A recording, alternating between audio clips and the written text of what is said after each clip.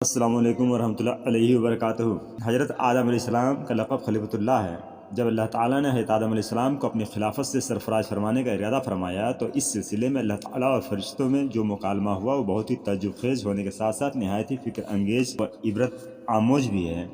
جس کو اللہ تعالیٰ نے سورہ بقرہ رکوع 4 میں بیان فرمایا ہے، جس کا مفہوم یہ ہے: اور یاد کرو جبکہ تیرے رب نے فرشتوں سے فرمایا کہ میں زمین میں ایک خلیفہ بنانے والا ہوں، تو فرشتوں نے کہا کہ خداوند، کیا تو زمین میں اس کو بنائے گا جو زمین میں فساد برپا کرے گا اور خون ریزی کرے گا؟ اور ہمارا حال یہ ہے کہ ہم تیری حمد کی تسبیح پڑھتے اور تیری پاکی بیان کرتے ہیں۔ تو اللہ تعالیٰ نے ارشاد فرمایا، میں جو کچھ جانتا ہوں تم کو ان باتوں کا علم نہیں ہے۔ اور اللہ تعالیٰ نے حضرت آدم علیہ السلام کو تمام چیزوں کا نام بتا دیا، پھر ان چیزوں کو فرشتوں کے روبرو پیش کر کے فرمایا کہ اے فرشتوں، اگر تم اپنے اس دعویٰ میں سچے ہو تو ان چیزوں کے نام بتاؤ۔ فرشتوں نے عرض کیا کہ اے اللہ، تو تمام عیوب و نقائص سے پاک ہے، ہمیں تو بس اتنا ہی علم ہے جتنا تو نے ہمیں علم دیا ہے، بلا شبہ علم و حکمت والا تو صرف تو ہی ہے۔ اللہ تعالیٰ نے فرمایا کہ اے آدم، تم ان فرشتوں کو ان چیزوں کے نام بتا دو۔ تو حضرت آدم علیہ السلام نے ان فرشتوں کو ان چیزوں کا نام بتا دیا۔ تو اس وقت اللہ تعالیٰ نے فرشتوں سے فرمایا کہ کیا میں نے تم سبوں سے یہ نہیں فرما دیا تھا کہ میں آسمانوں اور زمینوں کی تمام چھپی ہوئی چیزوں کو جانتا ہوں؟ اور یاد کرو جب ہم نے فرشتوں سے کہا کہ تم سب آدم علیہ السلام کو سجدہ کرو تو سب نے سجدہ کیا، مگر ابلیس نے انکار کیا اور تکبر کیا اور وہ کافر ہو گیا۔ ان آیات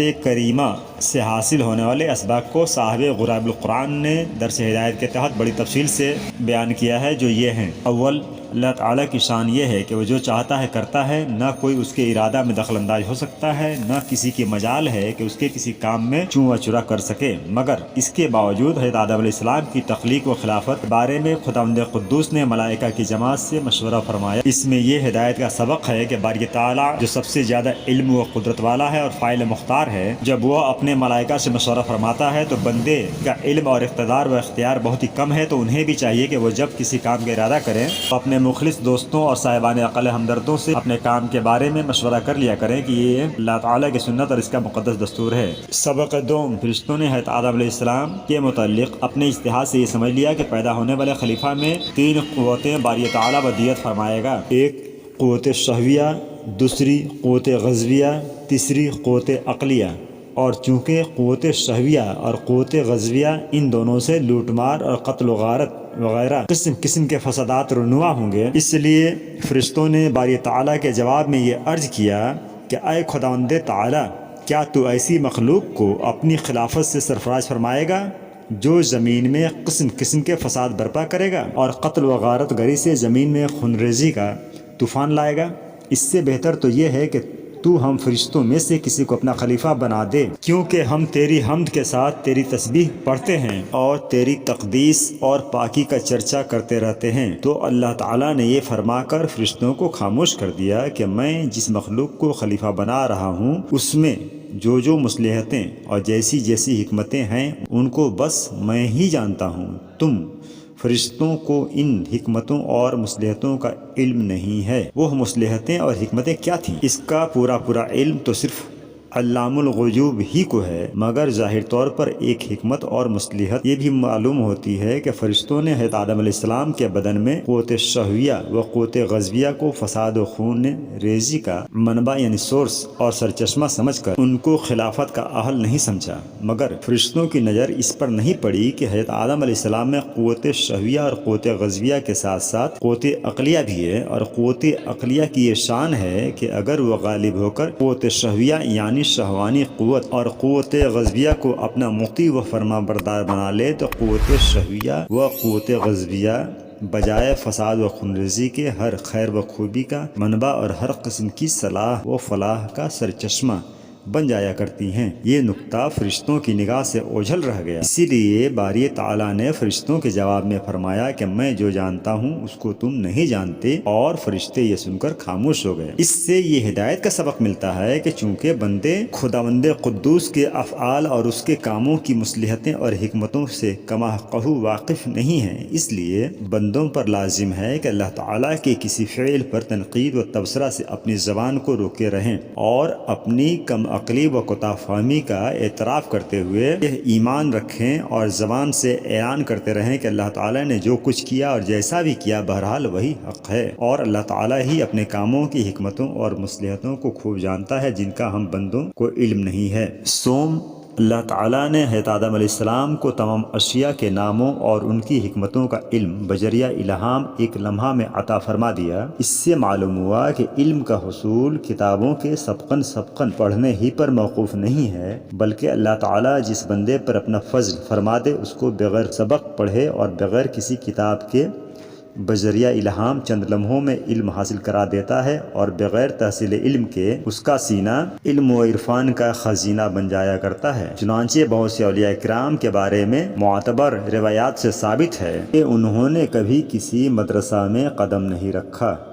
نہ کسی استاد کے سامنے زانوِ تلمذ تہ کیا، نہ کبھی کسی کتاب کو ہاتھ لگایا، مگر شیخ کامل کی باطنی توجہ اور فضل ربانی کی بدولت چند منٹوں بلکہ چند سیکنڈوں میں الہام کے ذریعے وہ تمام علوم و معارف کے جامع الکمالات بن گئے، اور ان بزرگوں کے علمی تبحر اور عالمانہ مہارت کا یہ عالم ہو گیا کہ بڑے بڑے درسگاہی مولوی جو علوم و معارف کے پہاڑ شمار کیے جاتے تھے، ان بزرگوں کے سامنے طفل مکتب نظر آنے لگے۔ چہارم، ان واقعات سے معلوم ہوا کہ خدا کی نیابت اور خلافت کا دار و مدار کثرت عبادت اور تسبیح و تقدیس نہیں ہے، بلکہ اس کا دار و مدار علوم و معارف کی کثرت پر ہے۔ چنانچہ حضرات ملائکہ علیہم السلام باوجود کثرت عبادت اور تسبیح و تقدیس خلیفۃ اللہ کے لقب سے سرفراز نہیں کیے گئے، اور حضرت آدم علیہ السلام علوم و معارف کی کثرت کی بنا پر خلافت کے شرف سے ممتاز بنا دیے گئے، جس پر قرآن مجید کی آیت کریمہ شاہد عدل ہیں۔ پنجم،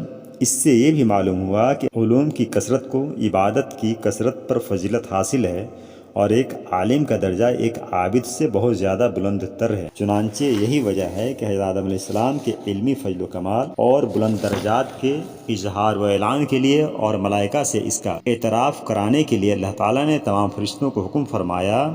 کہ تمام فرشتے حضرت آدم علیہ السلام کے روبرو سجدہ کریں۔ چنانچہ تمام ملائکہ نے حکم الہی کی تعمیل کرتے ہوئے حضرت آدم علیہ السلام کو سجدہ کر لیا، اور وہ اس کی بدولت تقرب الی اللہ اور محبوبیت خداوندی کی منزل بلند پر فائز ہو گئے۔ اور ابلیس چونکہ اپنے تکبر کی منحوسیت میں گرفتار ہو کر اس سجدہ سے انکار کر بیٹھا، تو وہ مردود بارگاہ الہی ہو کر ذلت و نکبت یعنی بدقسمتی کے ایسے عمیق غار میں گر پڑا کہ قیامت تک وہ اس غار سے نہیں نکل سکتا، اور ہمیشہ ہمیشہ وہ دونوں جہان کی لعنتوں کا حقدار بن گیا، اور قہر قہار و غضب جبار میں گرفتار ہو کر دائمی عذاب نار کا سزاوار بن گیا۔ ششم، اس سے یہ بھی معلوم ہوا کہ کسی کے علم کو جانچنے اور علم کی قلت و کثرت کا اندازہ لگانے کے لیے امتحان کا طریقہ جو آج کل رائج ہے، یہ اللہ تعالیٰ کی سنت قدیمہ ہے کہ خداوند عالم نے فرشتوں کے علم کو کم اور حضرت آدم علیہ السلام کے علم کو زائد ظاہر کرنے کے لیے فرشتوں اور حضرت آدم علیہ السلام کا امتحان لیا،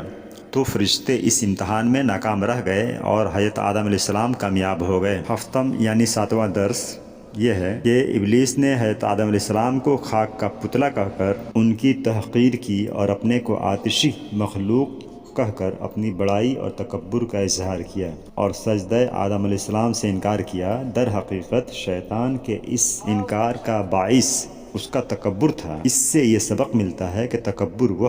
بری شے ہے کہ بڑے سے بڑے بلند مراتب و درجات والے کو ذلت کے عذاب میں گرفتار کر دیتی ہے، بلکہ بعض اوقات تکبر کفر تک پہنچا دیتا ہے، اور تکبر کے ساتھ ساتھ جب محبوبان بارگاہ الہی کی توہین اور تحقیر کا بھی جذبہ ہو تو پھر تو اس کی شناعت یعنی ملامت و خباثت اور بے پناہ منحوسیت کا کوئی اندازہ ہی نہیں کر سکتا، اور اس کے ابلیس لعین ہونے میں کوئی شک و شبہ کیا ہی نہیں جا سکتا۔ اس لیے ان لوگوں کو عبرت آموز سبق لینا چاہیے جو بزرگان دین کی توہین کر کے اپنی عبادتوں پر اظہار تکبر کرتے رہتے ہیں کہ وہ اس دور میں ابلیس کا لانے کے مستحق نہیں تو پھر کیا ہیں۔ واللہ تعالی عالم۔ اگر ویڈیو پسند آیا ہو تو لائک و شیئر کریں، اور اسی طرح کے مزید ویڈیو کے لیے ہمارے چینل رجا اسلامک آفیشیل کو سبسکرائب کریں۔